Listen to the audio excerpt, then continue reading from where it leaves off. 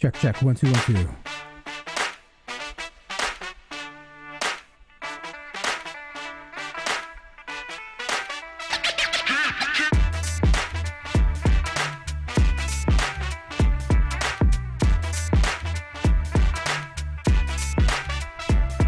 All right, today's topics: tiered link building, domains for SEO, and SEO in 2022.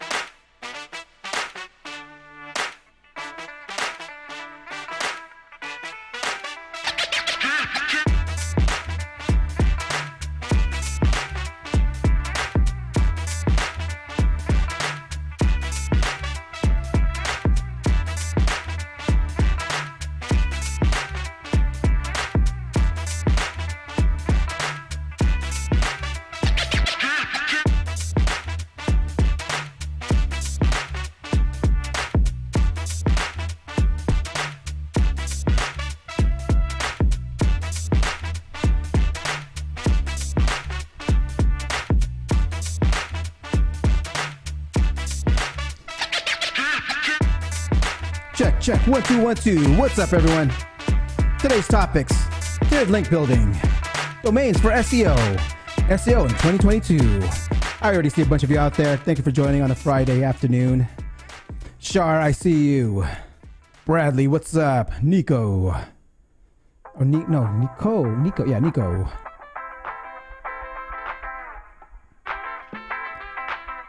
All right, today's topics: tiered link building, domains for SEO, SEO in 2022. Today's guest is Bill Hartzer.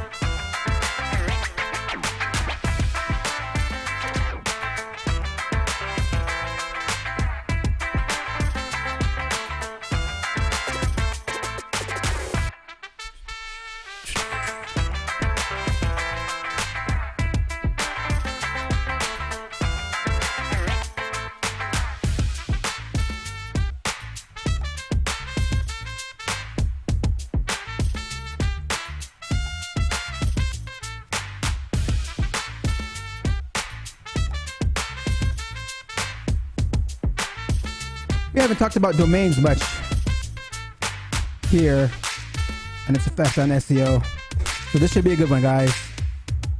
Ask your questions regarding any type of domain.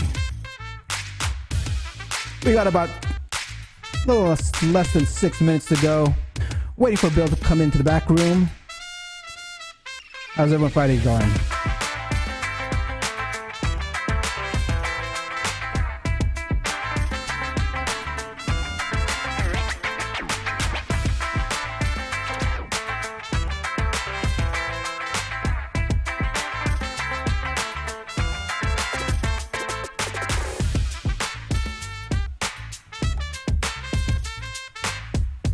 Today's topics: tiered link building, domains for SEO, SEO in 2022 book. You guys, if you haven't seen it yet, it's on Amazon. SEO in 2022. My first book feature. I'm actually a contributing author in this book. I'll be giving away this book 2 times in the show. My guest today is also a contributing author, Bill Hartzer. He has a section in this book as well. So I want to make sure, keep a lookout on a couple quizzes I'll be giving y'all. I'll be giving away copies of the SEO 2022 book with Bill Hartzer. Bill, how's it going? I see you. Going well. All right. I see that your camera's on. I can hear you well. Can you hear me okay? Yes, I can. All right. So I pretty much go through a couple videos in the very beginning when I start the show, and then I'll introduce you in about maybe 6-7 minutes in. And for now, I guess there's already people in the chat, and I'll summon you in.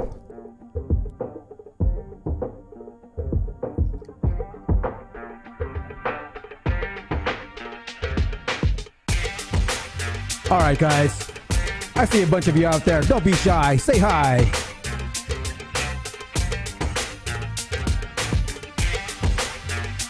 Kippis from Finland. What's up?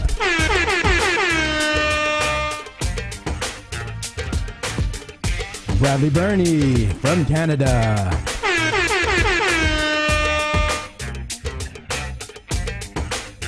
Charlize from Vegas.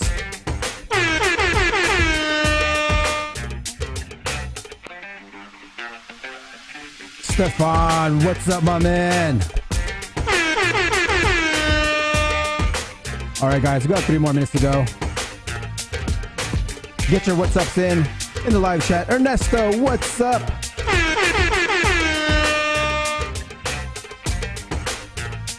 We got another Canadian in here, Nubia Cohen. Hello.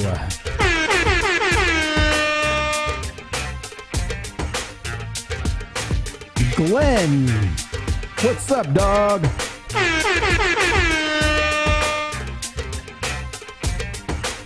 Happy Friday, Drew. Nice to see you in here. Milani, what's up? I'm looking forward to today's show as well. Today's topics: tiered link building, domains for SEO, and SEO in 2022 book. Be sure to ask all your questions. We haven't talked much about tiered link building on the show or domains. This is going to be a lot of new stuff here, guys. Get your questions ready. We got about 2 more minutes to go. Don't forget to say what's up in the live chats and where you're watching from.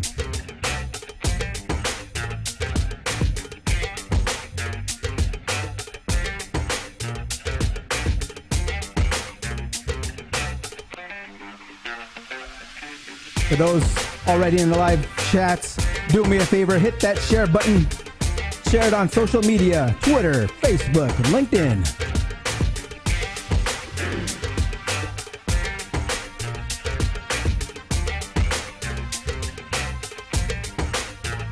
You're based out of Texas, right, Bill? Are you like in the Texas area, or where are you located? Yeah, the company. My company is in Texas, but I'm actually right now in Colorado. Oh, okay, okay. Just got an inch of snow about last hour. So. Oh, nice. Does it mess with your internet, or are you good? No, not at all. Actually, I've got a direct feed. A dish that goes direct feed just to the next mountain over. Wow. And which is about a mile or 2, and it's got some pretty good. Love it. Good access. All right, guys, we got 45 seconds to go. Don't forget to say what's up in the live chats. Thomason, what's up, my man?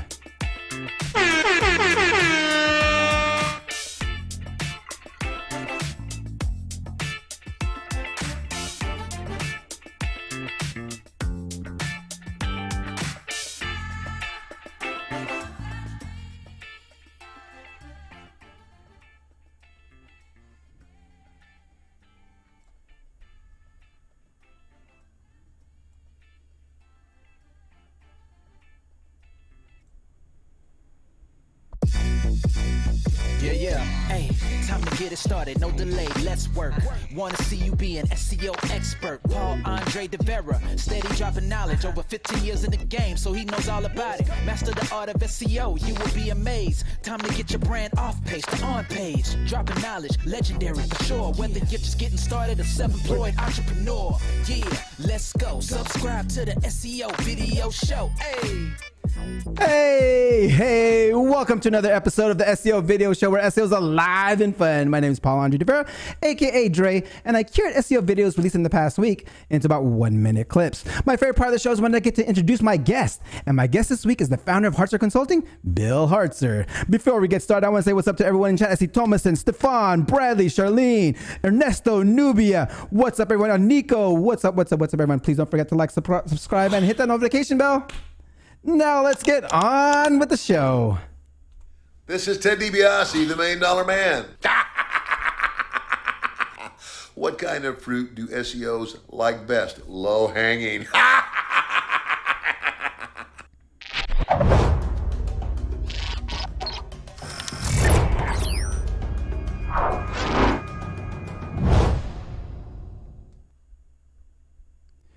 This week from Google, they released a new Search Off the Record podcast on the topic of inclusive language in search.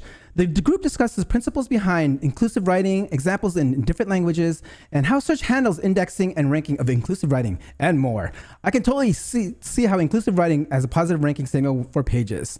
The link of the Google Inclusive documentation is in the description. Accessibility for SEOs is becoming more popular these days, which is pretty much a necessity when it comes to enterprise SEO. Aleyda Solis and her guest past week on Crawling Mondays describes the most common accessibility issues. Let's check it out. To see what the most common failures were. Low contrast, which y'all, I get it. Pretty light gray text on white is designers love it. Just don't do it. Missing alt text and empty links. Those were the top 3 that were often hit. I'm also going to toss in there unlabeled form fields because that's a conversion point. So just in terms of what that entity as an authority sees as most often missed, just want to toss that out there. I feel like that's such a no-brainer. Like everyone should have that tags correct now, but not having that limits zooming in. It changes how it renders on different devices, and that's I see that on every other new client I get. It's always the first thing I check, and most of the time they've got it wrong. I don't get how. Like you said, alt text, that one is a massive one for me. So as an SEO as well, and I bang on about this one all the time, it's not just an accessibility thing. That is obviously the reason we want to do it. But for those SEOs that need that additional push to actually do it, because it's always left until last. A great tool that I use is called Wave. Check it out. The link is in the description. Speaking of accessibility, a great example to write alt text was done on a video Google just released this week on their channel called Year in Search in 2021. Let's check it out. Caption: How to move forward. In a residential neighborhood, a dense crowd of demonstrators fill the streets. We, the jury, in the above entitled matter as to count 3, find the defendant guilty. People embrace. Caption: Stop Asian hate. Protesters march down a city street during an anti-racism march. Actress Sandra Oh addresses the crowd. A demonstrator hoists a poster that reads, "Protect Asian Lives." I am proud to be Asian. Every alt text on your site should be something similar to that. I know that was a video, but the way she was describing it is exactly how we should be describing our images on our websites. Okay, Steve Toth released an excellent tip on how to create SEO topic clusters using Wikipedia pages. Check this out. The first thing you want to do is Google Title Loans Wikipedia just to find, the article. And I'm going to go over to Site Explorer and paste that in. Is to check out the organic keywords this page is ranking for, because Wikipedia pages usually rank for pretty good keywords. And he's trying to find keywords here that have a clear intent. There's another really cool technique that he does that I'm going to get into now. And I'm going to go to a site called missingtopics/topics. And this is a tool by Daniel Cutridge. Submit this URL and it's going to find a bunch of entities for us. So these are all the entities on that Wikipedia page. And I'm going to go here and copy that to my clipboard. And the next thing that Jake recommends that we do is go over to Keywords Explorer. And we just basically paste in that list. Now we're going to go over to matching terms in Ahrefs. And we are going to go to questions. Now, here's where the magic happens, right? From that list of entities, we have 6,000 keywords and high volume, high, intent, high value keywords, right? With focused intents. If you're not subscribed to Steve's newsletter, join 9,000 other subscribers on SEO at SEOnotebook.com. Check out the full video of that too. That was awesome. Billy Ray was on Duda's channel this week and told us how to create author bio pages. Let's check it out. I like to, first of all, think about the links on the page. So there should be some external links that helps Google, and Jason, I'm sure you can speak to this, but it helps Google confirm who that person is as an entity, especially if they share a name with someone else. Barry Schwartz is a famous psychologist, as well as our Barry Schwartz in the search industry. So it's like if he was going to have an author bio page, I would say link to Search Engine Land and the other places where you've been mentioned to confirm to Google that this is that Barry Schwartz that we're talking about. So that's one thing. Obviously, you should link to the articles that you've written or whatever you've contributed to the website that you're on. If there's other sites that you've contributed to, maybe you can link to those profiles. And then I like author bios that do more than just provide like text. So maybe if there's videos or podcasts or interviews that they've done, if there's pictures of them, treat it like a microsite for that person. And in many cases, those pages actually rank. I think SEJ, we were just talking about this, like author pages on SEJ rank for the people's name. So when you think about it from that standpoint, now it's a personal branding strategy. So whatever you want the world to see about you, you should put on that author page.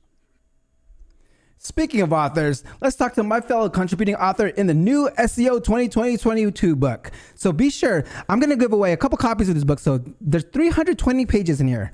The closest to Bill Hartzer's page will get a copy. I will mail you a copy of the book if you can put in which number is closest to his page in this book. There's 320 pages, so put in your copy, your guess. All right, this brings me to my favorite part of the show. Please don't forget to like, subscribe, and hit that notification bell. While I get things ready here, hold on.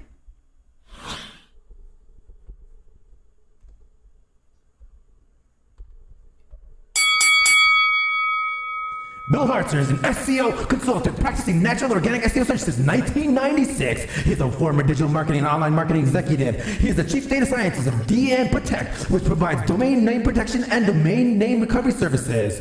Bill's also an internationally recognized domain name expert, having researched and authored numerous studies, white papers, and case studies. Please welcome the founder of Hartzer Consulting, Bill Hartzer.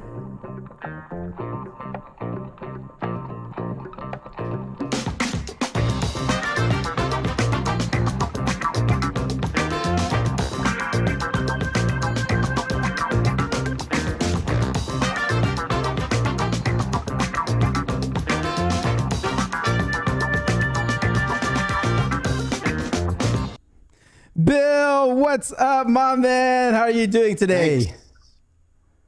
Doing great. You're moving a little bit. You're moving off camera. Yeah, I'm moving a little bit more. There we go. There we go. All right, guys. Let's go ahead and if you guys put your guesses in and let me know what page is Bill Hartzer on. Which passage does he start on? Put your guess in right now. And Bill, congratulations on being a contributing author in the SEO 2022 book.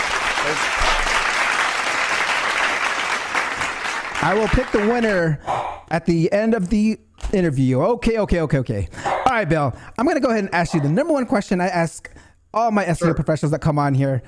In 1 minute, how does Bill Hartzer rank on page 1 of Google?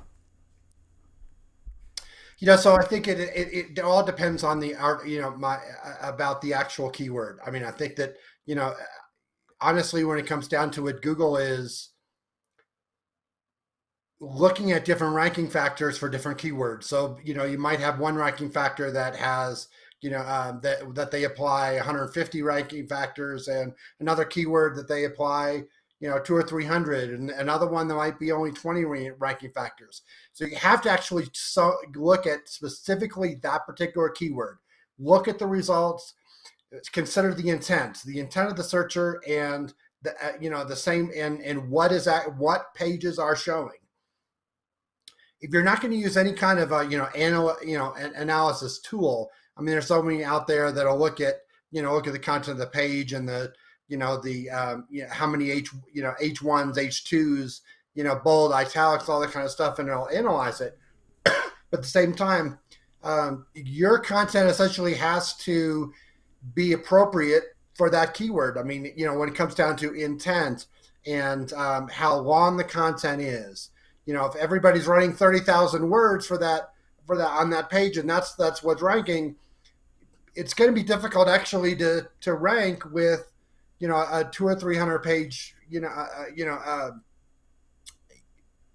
200 or 30, even a 30 page, with links and so forth, and so your content has to match, and that's the analysis, and it's page by page. I think it's page by page, keyword by keyword, and it's studying that result and seeing what is required, and looking at everybody who is currently ranking. Love it. All right, guys. All right, thank you for that. So I want to go ahead and take us back. I want to see, and take us way back, way back. Yep. Take us back to when did you first learn about SEO? It's a good question because, it wasn't really even SEO at that point. We were actually, there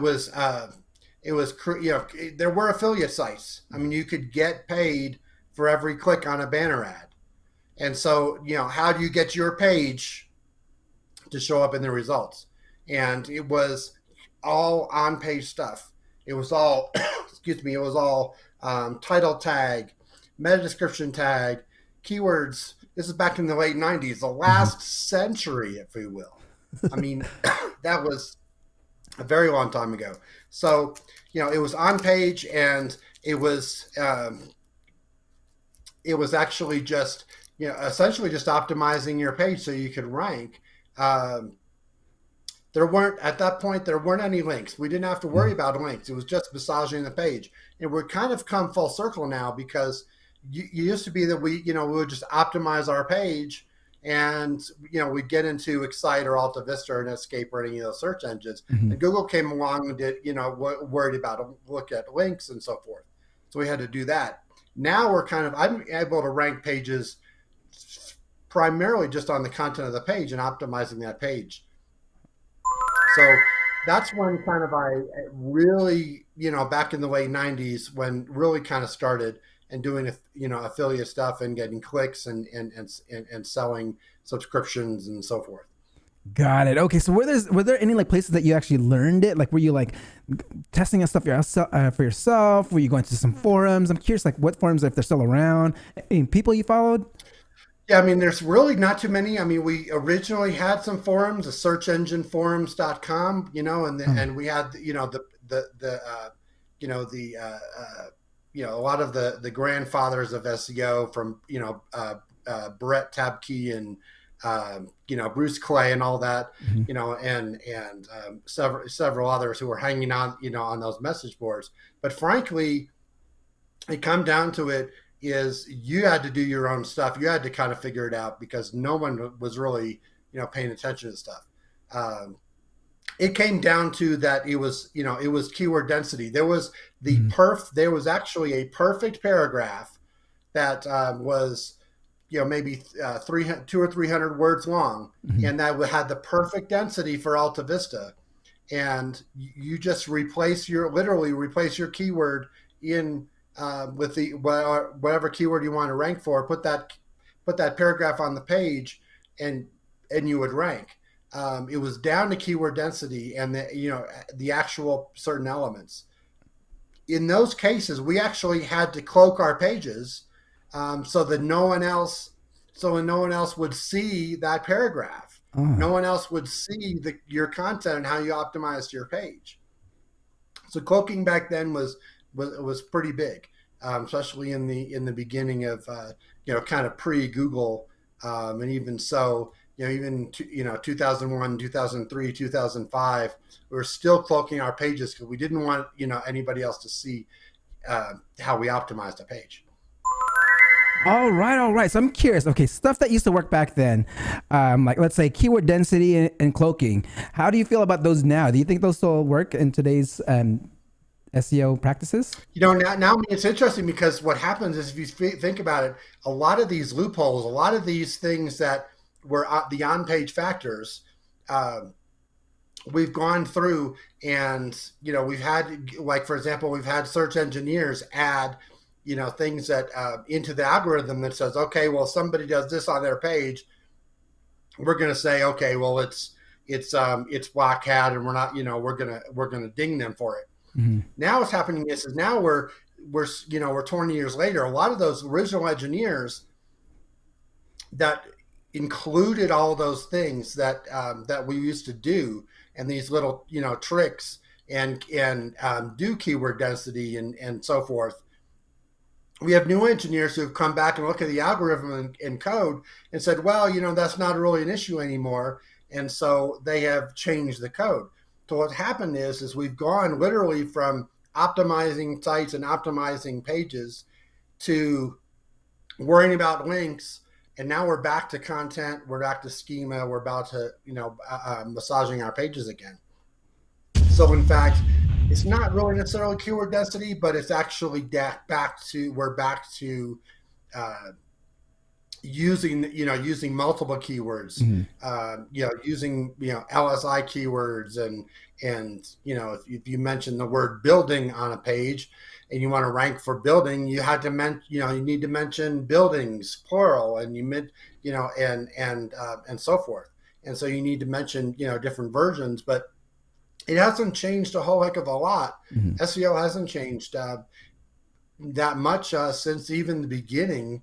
Back in the 90s.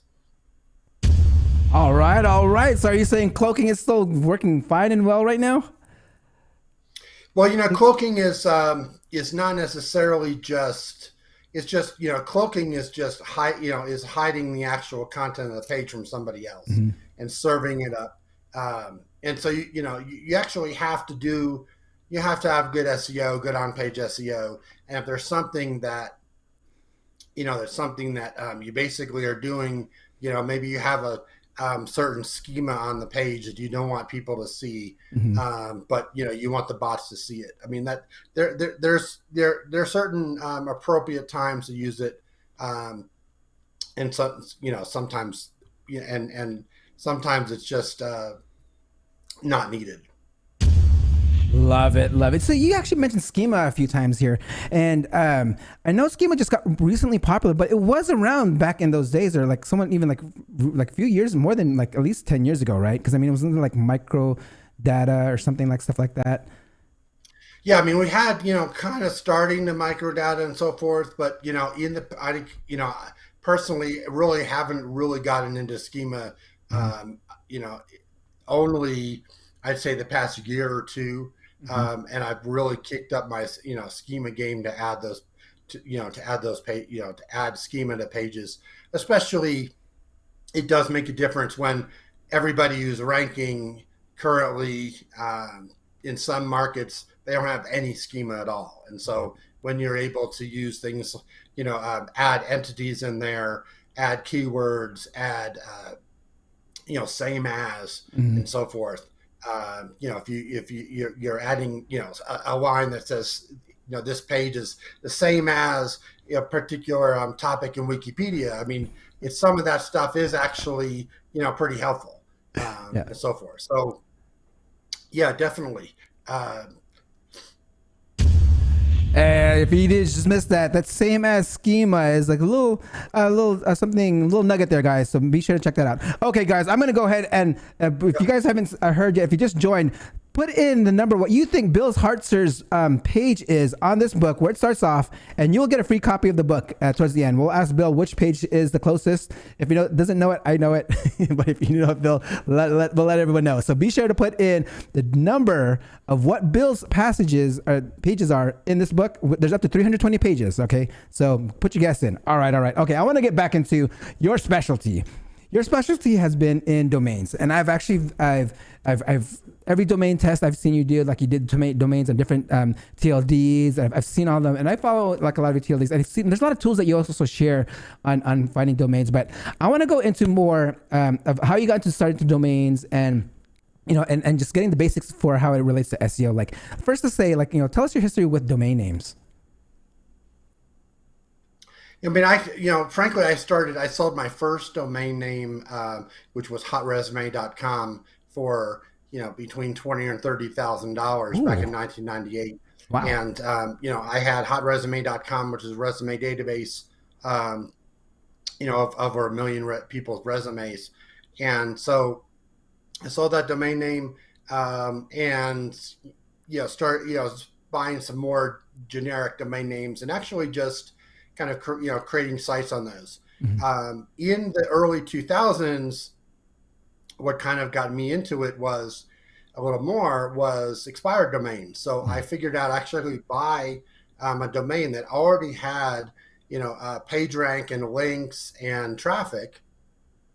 Let's say, and the domain name actually didn't matter. I was looking at more, if I could buy a domain that had already 100,000 backlinks and it was a former automotive industry site or something, then literally I just put up an auto industry or auto blog, WordPress, and just started blogging. And I ended up with, 3 or 4 years later, 850 blogs with expired domains that I had, built. And that was the time everybody was selling links, selling, sidebar links basically, and AdSense. And so that was, a big kind of thing for me. And so continued with, buying and selling domains. And I, and kind of figured out kind of the process of looking at a domain, that was going to expire or any domain, and really looking into everything from what type of links it has and what type of anchor text and, what's the history of the website and so forth, and kind of doing a lot of due diligence on those domains. That really kind of also helped my, SEO, by looking at lots of links, looking at, sites that were successful, buying domains, and then figuring out, well, this was actually a burned domain. So I'm not, you and I are not the only ones buying expired domains. We can, there's a lot of people out there who buy them, and they'll have their content, they'll put it on, and just literally they know, within 30 days, they'll get the domain banned in Google or whatever. But in the meantime, it will rank really well, and then they'll just move on to another domain. So, you do have to watch out for a lot of things like that. And so, especially if you're going to either use a domain for yourself or potentially redirect it, redirect it to an internal page, and so forth, and take advantage of that. Love it. SEO side. Love it. Okay. So expired domains you've used as one of your SEO strategies. So I'm curious, are there for anyone that's trying to get into buying expired domains, are there any great resources that you go to that you kind of look for expired domains, or and maybe services you use to even maybe catch a domain if you're watching one, or do you do any of those?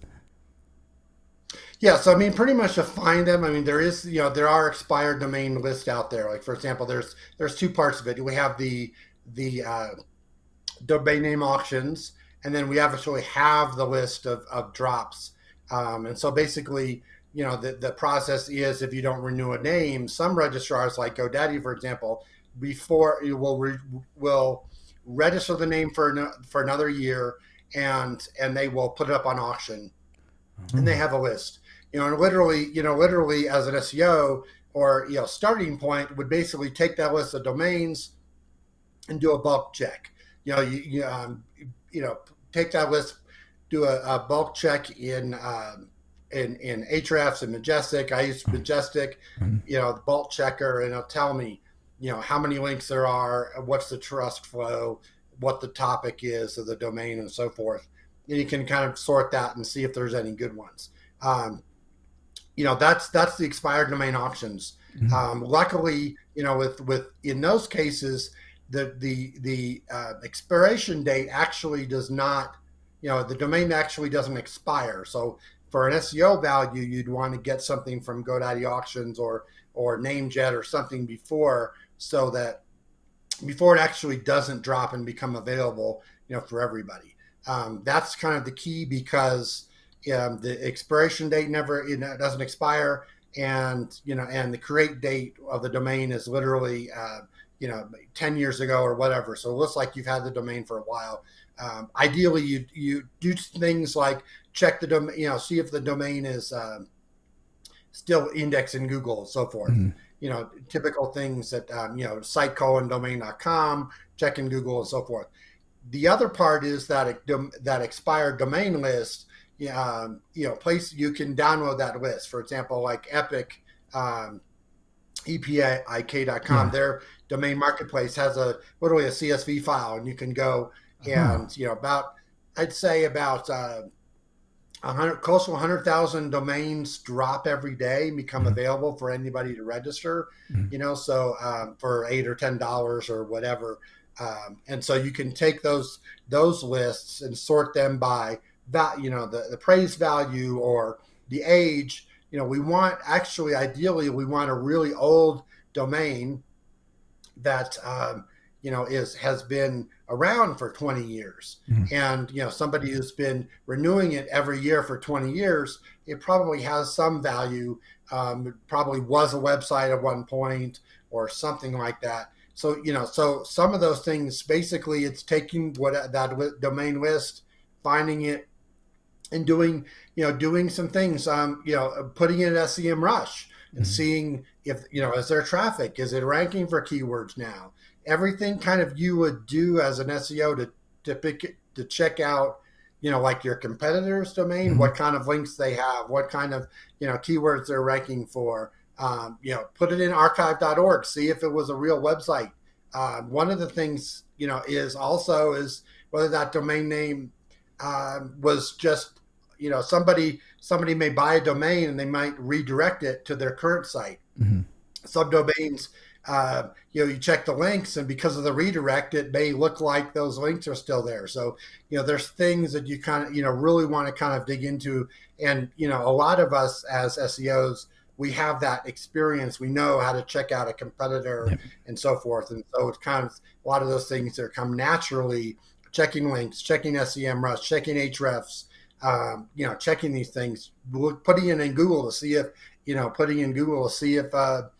site:/domain.com, or even just putting the domain name in quotes and seeing what what it is. That'll give you a lot of indications of whether or not it's, it's a decent domain or not, and so forth. Love it. A lot of knowledge bombs on domains over there. So we got our first question here. And guys, if you have any questions on domains, now's the time to ask. We have one from Stefan here. He asks, "Hi, Bill. What is your opinion on exact match domains?" That's a good question. So, originally, so if we go back into Google in the history, okay, there was an EMD update, exact match domain update. And I think it was around, you can look it up. I don't remember exactly, maybe 6 years ago, maybe longer than that. But basically what happened is if you had exact match domain like redwidgets.com, Google actually at one point, before that exact match update, they actually gave you brownie points for, and a positive thing, maybe even a boost in PageRank if you had the exact match domain. If you had redwidgets.com, there was a good chance that you would, or a better chance you would rank for red widgets, that keyword. Now, exact match domain came around, that update, and it came, and basically they took away that extra boost. So a lot of sites who used that match domains, they kind of immediately lost rankings because that was the only thing that was giving them that boost. Now, it doesn't necessarily mean that it's a bad thing now, because if you think about it, you have a company, like let's say YouTube, that's exact match for their company name. Right. So all the links, all the anchor text, the majority of the URLs, majority of the links, people will point and use that anchor text, YouTube, and point to youtube.com, which is the exact match. And so if you have your company name, if you have, let's say, let's throw it out there, bobbleheads, okay, is a product. Well, the guy who's ranking really well actually for bobbleheads is bobbleheads.com, because the majority of their links, that's their trademark, that's their brand, that's their company name. And so in that case, they're going to rank.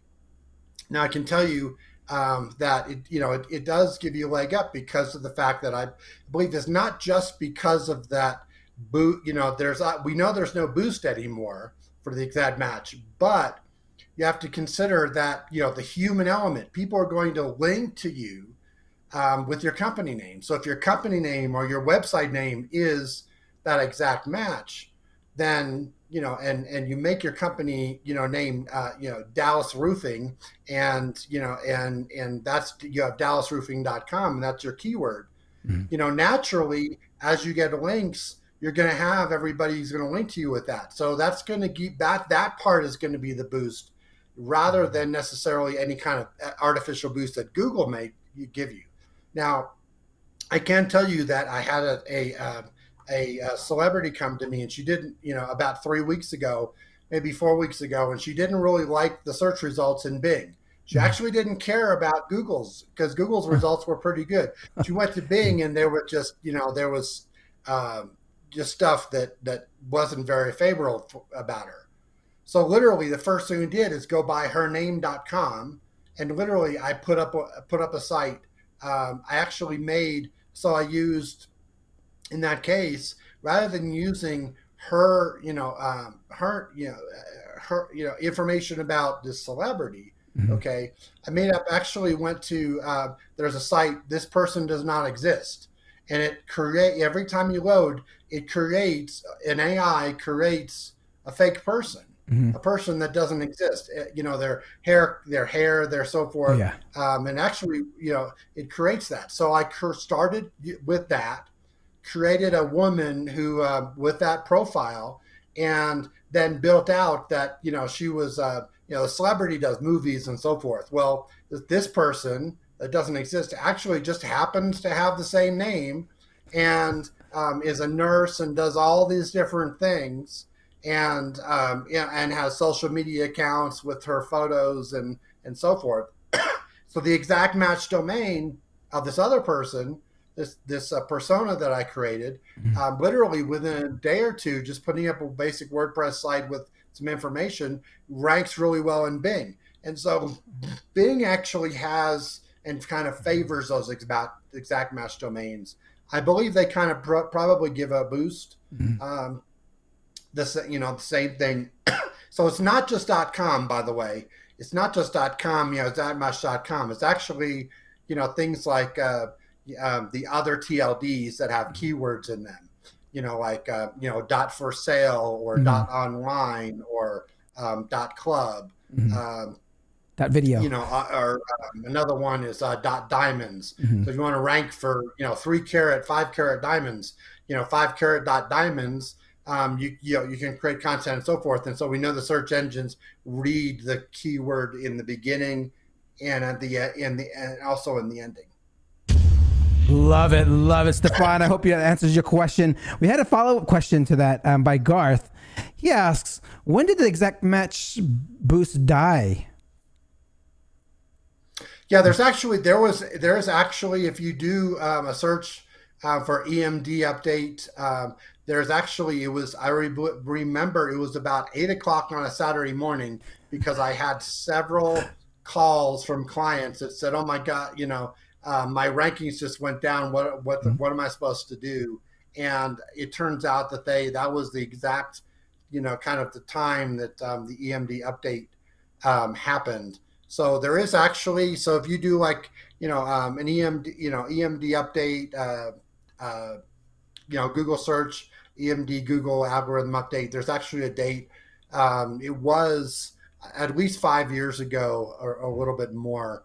I know that Maz and Barry Schwartz and a lot of sites covered that, and so they do rank for that. So if you're interested, I just can't remember exactly how, when it was. But you remember the day at 8 a.m. Personally, I would just go into go to Google and it'll give you a date. All right. Okay, we have a question here from Apex Trends. Is there any value in an expired domain that has been dropped and then registered as fresh? Yes, definitely. So basically, you just want to establish. I mean, normally, so if that happens, it completely drops. Maybe it's been completely dead for 5 years or so or more. Basically, what you need to do is just establish it again, put some content on it, and ideally, if it was the older, look at the old Internet Archive and make sure it kind of is the same topic. Doesn't necessarily, I'd say same category. If it was a shopping site, then you don't want to necessarily make it a health site. You want to keep it on the same topic, but basically just give it time. Put a site on it. 30, 60 days. The longer you can wait, 60 days or so. Normally, and I just put some content on it, 3, 4, or 5 pages or so, and just let it sit. And then what'll naturally happen is it'll get indexed again and so forth.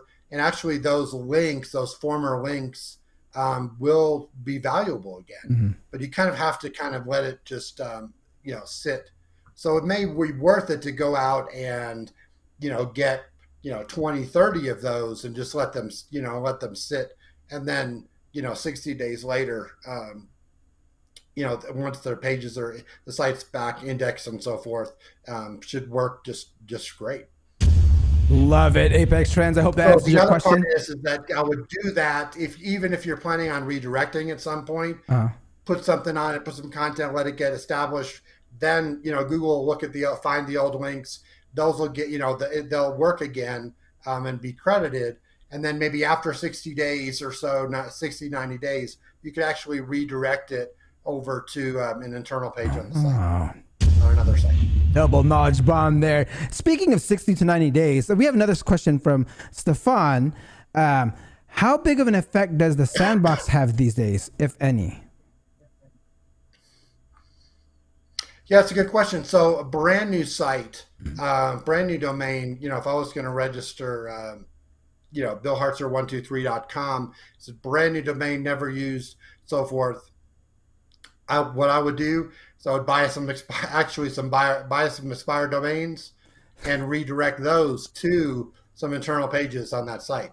And so that is a good indicator that probably will get rid of, that will probably get past that, sandbox thing. Because what you're doing is you're combining, you're actually combining the fact that it's, you have an old domain, an older established domain, with some links and so forth, and you're combining all those, all that value, and you're combining it with, by doing 301 to the brand new domain. And that's been something that we've been successfully doing, at least 15 years or so. Is that when you have a brand new domain, is always buy some other domains and redirect.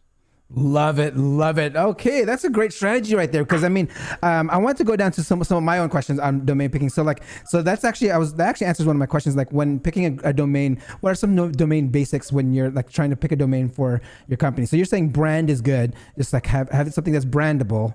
And if it's brand new, a great strategy is just to look at some expired domains and maybe kind of interlink it to, you said inner pages, but not the home page. So is there a difference between inner pages or the home page? Yeah, so definitely. So that's one of the things is I never ever want to, unless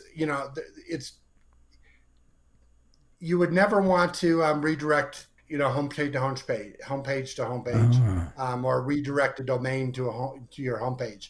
I believe, we do believe the fact that if that's done, one of the ways Google figures that out, is basically wants to stop us from redirecting like that, is that if you redirect a domain, aspire domain, to your home page, it's seen as a soft 404 error.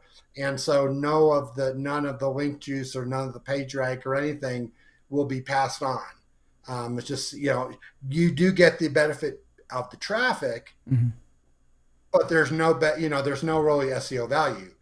So what you would want to do is always redirect to an internal page on your site.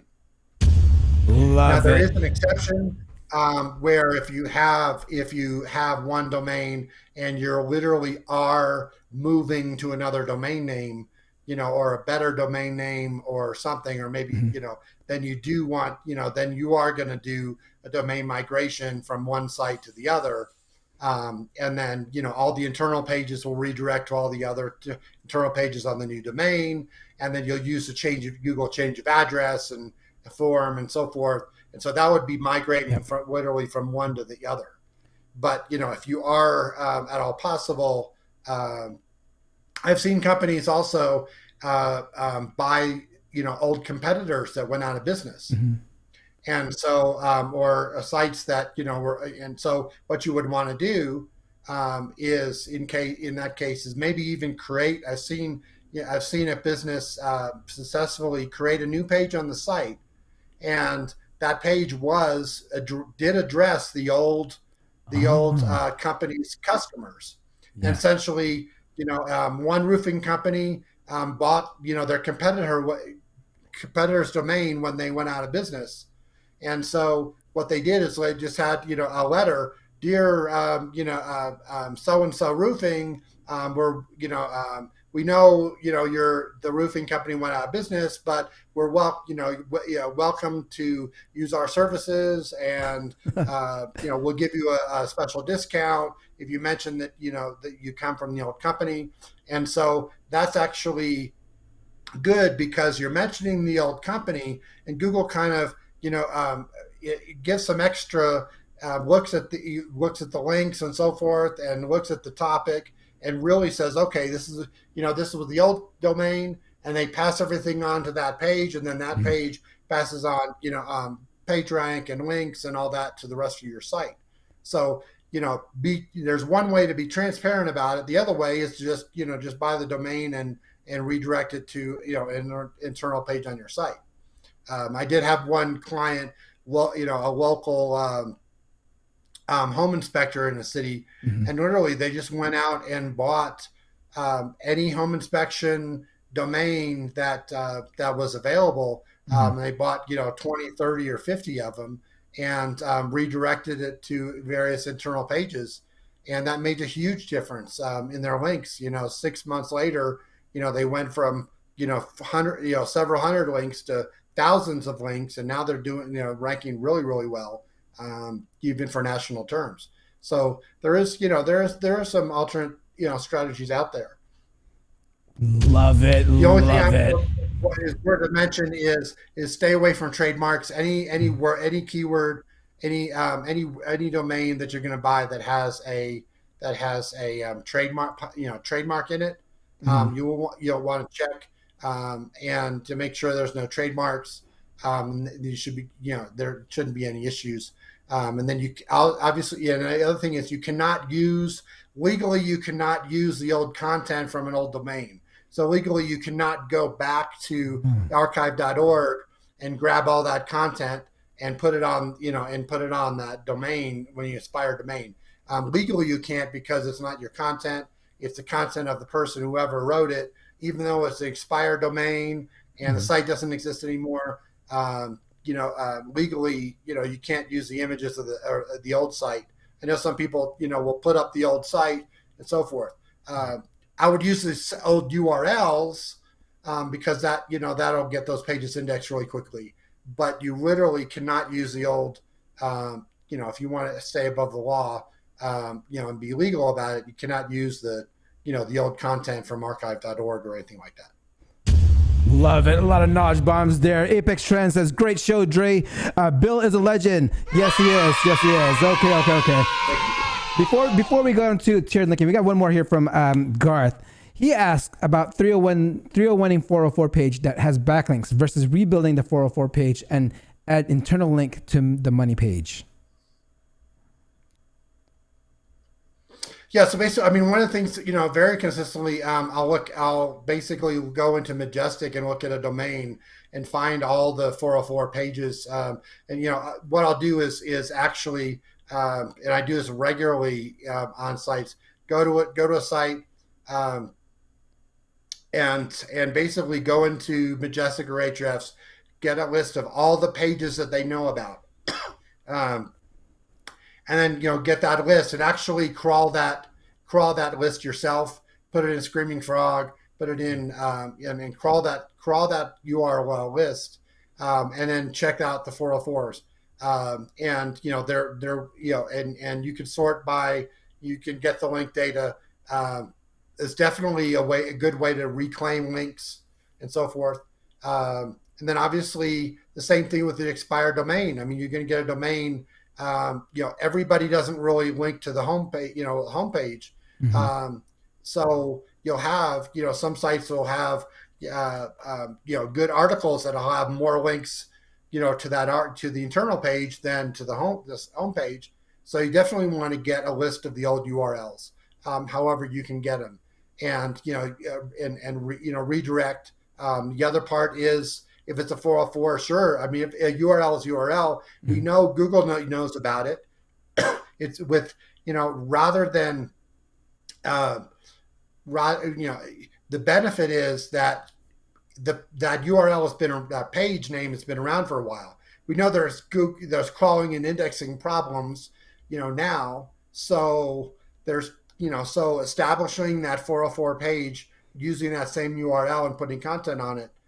Sure. I mean, that is definitely a good thing, because basically, most likely Google's already crawling it, and on a regular basis. Excellent. All right. So I wanted to get into the book really quick, the SEO in 2022 book. Guys, this is your last chance to put in the number, what you think is Bill's page. What it's actually this page right here. I don't know if you can see how thick it is. It's this page right here. I found it. Put in your number, what you think it is, and I'll send you a copy of this book. Actually show that I have the book too. Right here. There we go, guys. Okay, so be sure to put your number in right now before we get into our last topic, which we're going to talk about the topic that's in this book. We're going to cover some of the things that's a little touch upon a little bit with the time we have left here. And in the book, you actually talk about tiered link building or tiered links, right? And yes, definitely. And it was just only last week it was actually brought up from my last guest. But what is your definition of a tiered link? Yeah, good question. So you have a link from from whatever site. I mean, you have a link from let's say a link from your Twitter profile, okay, that's linking back to your site. Mm-hmm. Well, what other so that's the first tier one. Okay. That's the tier one link. Well, the tier two is, what if you went out and went to a bunch of sites and linked from those sites to your Twitter profile? So that would be the tier, there would be tier two links. So you may create a bunch of links, on topic links that are pointing to your Twitter profile, and then your Twitter profile then links to your site. So basically, tiered link building is, look at all your links and who, and who is linking, who is linking to you. Was there another blog post that's linking to your blog post? Okay. What I would do is, you don't want to necessarily, link, sure, you want to get links to your blog post, but if somebody's linking to your blog post, then bosh, I'm going to do a few things. I mean, I'm going to try and, that's the tier one, but I'm going to build tier two links, which is, I'm going to build as many links as I can to that blog post that then is linking to me. So I can boost up that other blog post to set tier two, And then the higher I can boost that up, the more, that juice that they're going to pass on to me. I've even gone as far as, somebody linking to me, even if it's a search engine journal article that I wrote, okay, and that's linking to my site. What I'll do is I'll buy some expired domains and point them to to my article that then links over to me. Okay. Love it. And then obviously, if that if that link goes away, you have control over the link, of the expired domains and so forth. But yeah, so so as we go look at the internet, though, that you get a link, you have your blog post, somebody else, some media site links, from their article to your article, and great, you got some media attention. Well, who is linking, to that particular, media? So is CNN linking to some kind, some other media, news? They're linking to Fox News, and Fox News article that is linking to you. So that's, first tier, second tier, third tier, and so forth. Got it. So what we have is, there's really only one tool out there, which is the Majestic Link Graph, where we can actually see the first, we foresee the first tier of links. And sure, the past 20 years, we've been looking at, who's linking to us.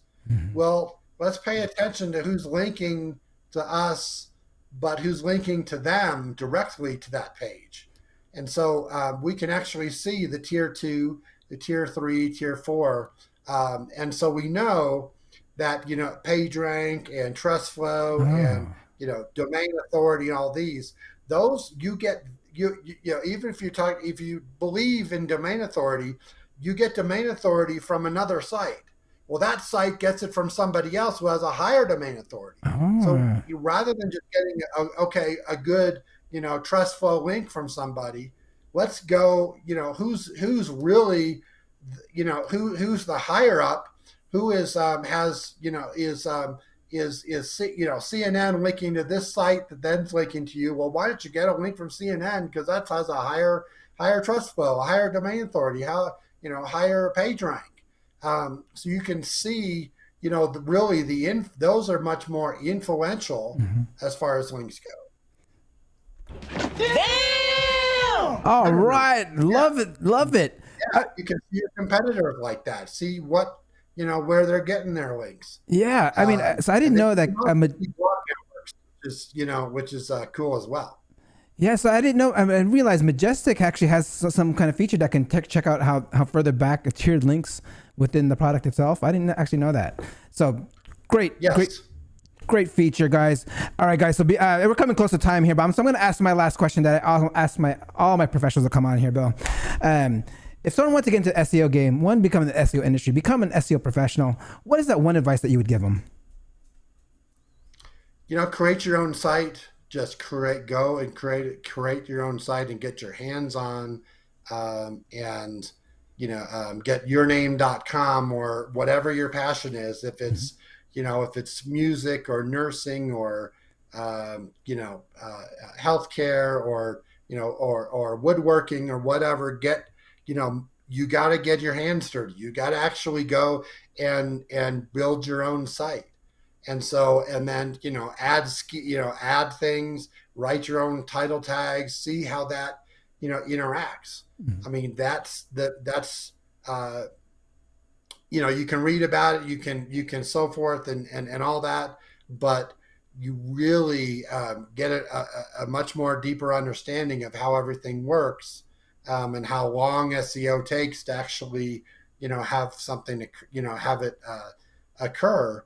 That and get results. That you got to create your own site, and whatever type of site it is, I don't really care, but just create your own site. And even if it's just you start with one page, and every 2 or 3 months you add another page, I mean, you got to get your hands dirty. You can see, test out things, and be willing to go with your own site. You've got to be willing to test and do some alternative stuff, because if you have never gotten a site banned in Google or a manual action or a penalty, then you don't know where the line is, and how far you can go. Yeah. And that's a really good teacher that of actually going through that process and creating, optimizing, working on your page load speed, everything that everybody brings up, that's the best. And so I started years ago hand coding in Notepad, just hand coding a page, and that's how I did it, years ago. And so now we have WordPress and so forth. But yeah, like I said, you've got to just do it yourself, and be willing to make those mistakes, and seeing, and getting something to rank, even if it's is really easy to get it to rank and index and crawled and so forth. Love it. Okay, guys, we need to pick our today's winner. All right, Bill, what page does your part start in the book? Do you know what page it is? That's a question. I've read everybody else's sections except for mine, so I'm not sure exactly. All right, guys, I know what it is. If you are close to page 209, if you put 209, like anything close to, I actually saw 210, which is really, really close, and I don't think anyone else put 209, but 210, you win today. It's a Nico Athelia. If you are in the U.S., I will mail you a physical copy. If you're outside the U.S., I will buy you a Kindle version of this. But if you're in the US, I'll send you a Kindle copy.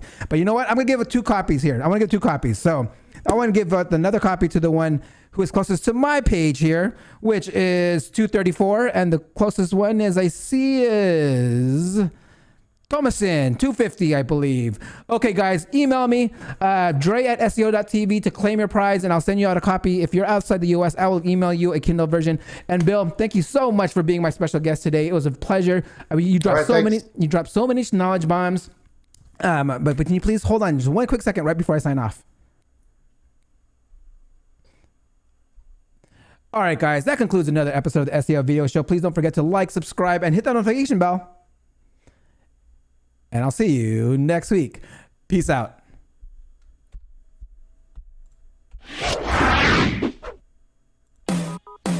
Thank you for watching. Hope you come back next week. Make sure to subscribe. You don't want to miss a thing. Hope you learn something new, because the vibe is incredible. From the special SEO professionals, SEO video show. Let's work.